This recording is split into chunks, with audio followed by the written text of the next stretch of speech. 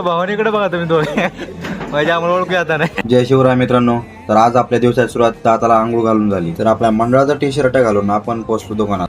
आज आपला माईक येणार होता तर आपण त्याची वाट पाहत बसलो होतो. तेवढंच पाहिलं तर काय आपले काका पुढेच आलेले होते. तर आपल्या पहिलवान लागल्या माईकची अनबॉक्सिंग करायला. तर मित्रांनो तुम्हाला पण असा माईक मागवायचा असेल तर मला कमेंट करून सांगा, मी तुम्हाला लिंक शेअर करतो. माईकची अनबॉक्सिंग करून आपण कोल्ड कॉफी बनवायला घेतली. त्या कॉफीला आपण हलवून बेजार करून टाकली. त्याच बेजार केलेल्या कॉफीचे 2 घोट आपल्याला नरड्यात टाकून आपण निघालो आपल्या लायब्ररीच्या दिशेने. लायब्ररीत आल्यावर आपण घेतलं इतिहास वाचायला. बघितलं तर काय आपले गांधी बापू निघाले होते दांडी यात्रेत. मग म्हणलं बापू पण दांडी यात्रेला गेले तर आपण पण निघू आपल्या क्लासकडे. आपल्या बेब्याला घेऊन आपण गेलो क्लासमध्ये आल्यावर आपल्याला आरसीबीच्या ट्रॉफी बघायला भेटल्या. भावानीकडे बघा तुम्ही दोघे माझ्या आम्हाला ओळखू आता नाही.